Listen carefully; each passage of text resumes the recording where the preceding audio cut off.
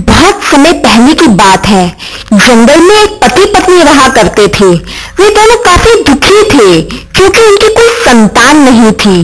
पत्नी का दुख पति से देखा नहीं जा रहा था, इसलिए वो एक दिन जंगल से एक पेड़ का तना काट लाया और उसने अपनी पत्नी को दिया। कहा कि तुम इसे आज से अपनी संतान मानकर पालो। पत्नी ने खुशी खुशी वो पेड़ का तना एक पालने में डाल दिया और वो अपनी बेटी की तरह उससे प्यार करती।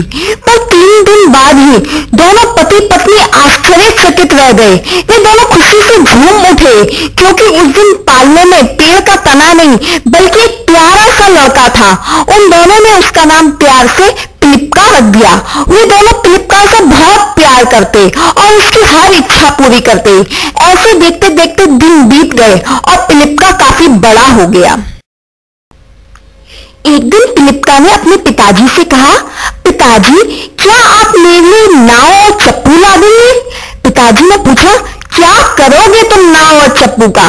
तब पिलिपका बोला, पिताजी बगल के तालाब में काफी सारी मछलियां हैं, मैं उन्हें पकड़ना चाहता हूँ। पिताजी बोले, ठीक है, और कुछ ही दिनों बाद इसके लिए एक नाव और चप्पू ले आए। पिलिपका सारा दिन भर तालाब में मछलियां पकड़ता। उसका काफी मन लग गया था। वो सुबह जाता और शाम को ही वापस लौटता। इस कारण पिलिपका की माँ उसका खाना तालाब पर ही ले जाती और वहां उसे आवाज देकर बुलाती, बेटा पिलिपका कहाँ हो? जल्दी आओ, देखो मैं तुम्हारे लिए पेस्ट्री बनाकर लाई हूँ। जल्दी से आओ, अपनी माँ की हाथ की पेस्ट्री खा लो। जैसे ही पिलिपका अपनी माँ की आवाज सुनता, वो तुरंत किनारे पे आ जाता और अपनी नाव को एक पार लगाकर अपनी माँ की हाथ की बनी हुई पेस्ट्रियां खाता और तुरंत मछलियां पकड़ने वापस चला जाता। ऐसे देखते देखते काफी दिन बीत गए। उसी जंगल में एक खतरनाक बाबा यागा नाम की डायन भी रहती थी। एक दिन उसकी नजर पिलिपका पर पड़ गई और उसे देखकर उसके मुंह में पानी आ गया। उसने मन ही मन पिलिपका को पकड़ने की योजना बनाई। अगले दिन वो तालाब पर गई और पेड़ों के पीछे से छिपकर पिलिपका की माँ की तरह आवाज दी, बेटा पिलिपका जल्दी से आओ, देखो मैं तुम्हारे लिए पेस्ट्री बनाकर लाई हूँ। अपनी माँ के हाथ की पेस्ट्री खा लो। जैसे पिलिपका ने ये आवाज सुनी, उसे लगा उसकी माँ आ गई और वो तुरंत किनारे पे आ गया। जैसे ही पिलिपका किनारे पे आया, वैसे ही बाबा यागा ने उसे धर दबोच लिया और उसे एक बोरे में डालकर अपने कंधे पे लाद लिया। फिर वो अपने घर की ओर रवाना हो गई। लेकिन बीच जंगल में ही बाबा यागा को जोर से नींद आ गई और वो वहां सो गई।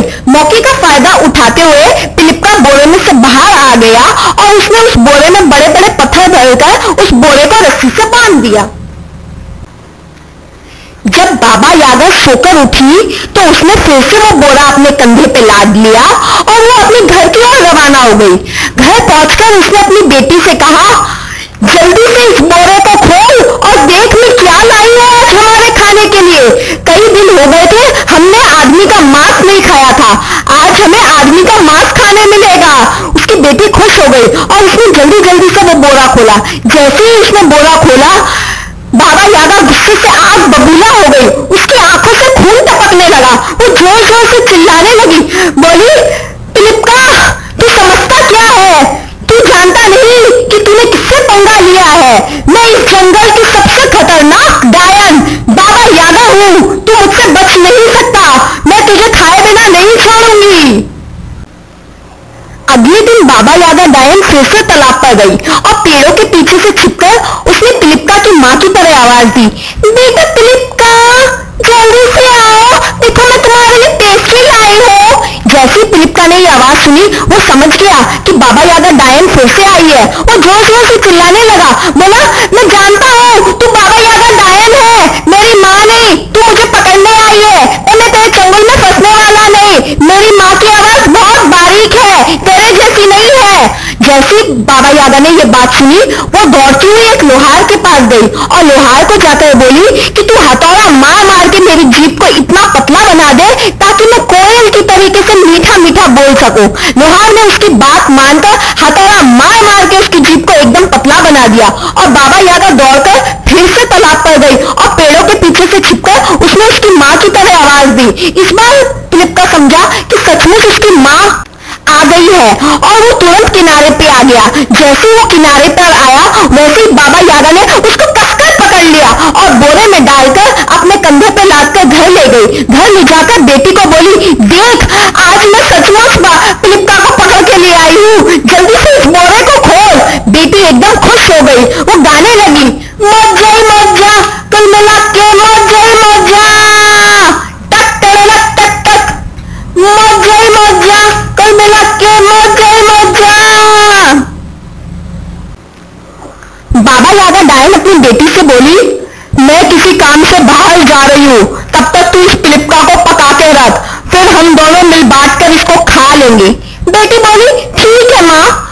ये कहकर बाबा यागा डायन घर से बाहर चली गई और उसकी बेटी एक बड़ा सारा फावड़ा लाई और पिलिप्का को बोली, ए लंडे, जल्दी से इस फावड़े पे बैठ जा टांगे ऊंची करके, ताकि मैं तुझे इस भाड़ में झोंक सकूं। पिलिप्का बोला, दीदी वो तो ठीक है, लेकिन मुझे इस फावड़े पे बैठना नहीं आता, एक बार आप बैठकर दिखा दीजिए ताकि फिर मैं वैसे ही बैठ जाऊंगा। उसकी बेटी बोली, ठीक है, और वो खुद फावड़े पे बैठ गई। मौके का फायदा उठाते हुए पिलिप्का ने उसको ही भाड़ में झोंक दिया और खूब खुश हुआ और बोला, साली चली थी मेरा मांस खाने, मुझे झोंकेगी तू भाड़ में, मैंने ही तुझे झोंक दिया भाड़ में। पिलिप्का जैसे ही बाबा यागा के घर से बाहर निकला, उसने बाबा यागा को आते देखा। वो तुरंत एक बड़े सारे पेड़ पर चढ़कर छिपकर बैठ गया।